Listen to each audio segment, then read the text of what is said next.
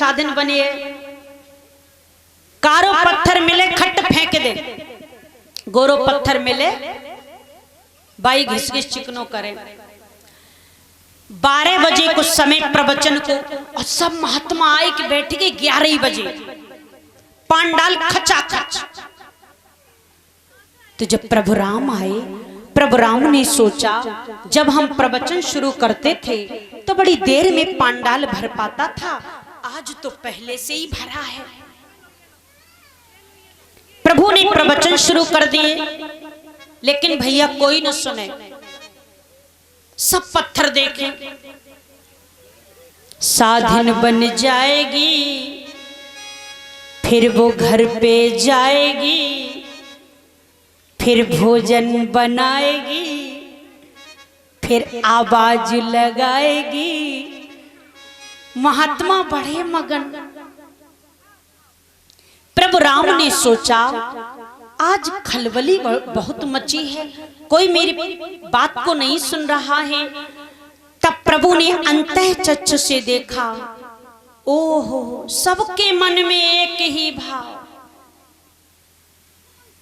एक ही भाव पत्नी का। भगवान राम तो चौंक गए, ये क्या हो रहा है? ये 88 सहस्त्र महात्मा ये सब बैरागी हैं, और जब बैरागी राग में जाएंगे तो ये रागी किस भाड़ में जाएंगे? भगवान राम ने कहा, ए लक्ष्मण ये क्या हो रहा है? लक्ष्मण बोले, भैया हमसे ही अपराध हो गया। कल एक महात्मा ने आकर हमसे पूछा, मैं उसकी बात समझ नहीं पाया, मैंने हाँ हाँ कर दिया भैया। राम ने कहा, चलो कोई बात नहीं, संभालूंगा।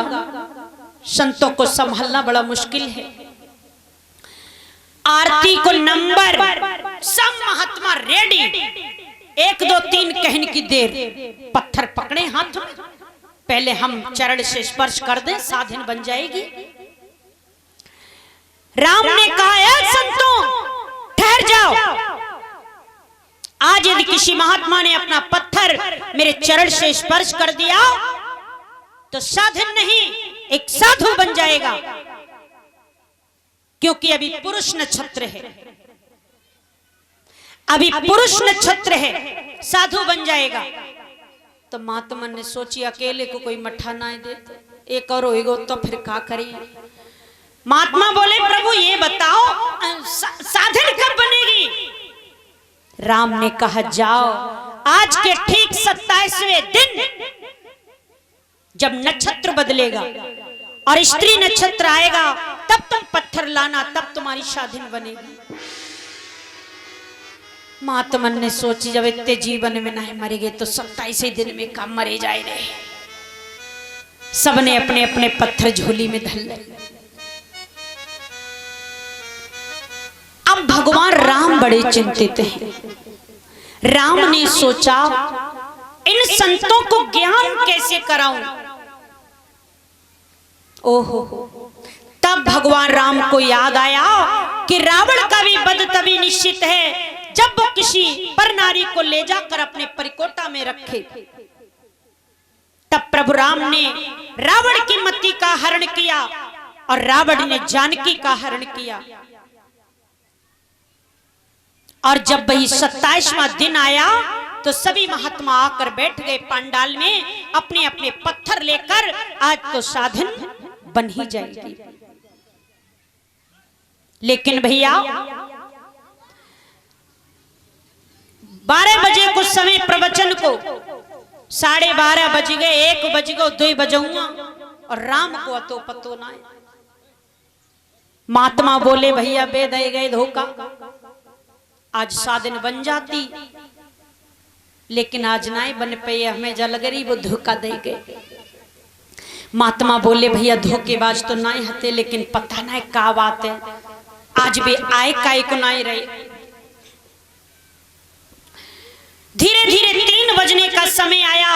ओहो, तो भगवान श्री राम भैया लक्ष्मण रोते हुए उस सभा में पधारे। एक महात्मा ने कहा, भैया आ गए प्रभु राम, आ गए। एक ने की, भैया भी तो रोते हुए आए रहे। महात्मा बोले भैया जी रोए काहे को रहे? एक ने कहा भैया हमें कल ही पता चला है इनके साथ जो बैठा करती थी गोरी गोरी सी सुंदर सी, उनका हरण हो गया है। महात्मा बोले भैया उनको हरण होगा तो जे काहे को रोए रहे? महात्मा ने कहा बेवकूफ, जिससे हो जाता है प्रेम और जब वो छूट जाता है तो रोना पड़ता है। महात्मा बोले भैया जे बताओ, हर की तुम्हारी शादीन बनी गई और अगर कौ दिन हर केहू तुम्हें छोड़ के चली गई तो का हर केहू तुम्हें रोना पड़ेगा? महात्मा ने की बेवकूफ रोना ही पड़े और का भंडारो करना पड़े? महात्मा ने कहा भैया इतना जीवन हंसते हंसते प्रभु की सेवा करते करते बीता और यदि साधन के लिए रोना पड़े तो धिक्कार है ऐसी साधन को। महात्मा बोले जब ये इतने ज्ञानी होकर के पत्नी के लिए रो रहे हैं तो हमारी तुम्हारी क्या दशा होगी भैया? ऐसे ऐसे ही ठीक हैं, ऐसी साधन की जरूरत नहीं है। संतों को ज्ञान हो गया, अपने अपने पत्थर फेंक दिए और मर्यादा पुरुषोत्तम भगवान श्री राम आगे की ओर चले गए। प्यारे भाइयों माताओं बहनों, भगवान राम जानकी के लिए नहीं रोए, मर्यादा पुरुषोत्तम भगवान राम 88 सहस्त्र संतों को ज्ञान कराने के लिए रोए। बोलिए मर्यादा पुरुषोत्तम राम की जय हो, बोलिए जगत माता जानकी की जय हो।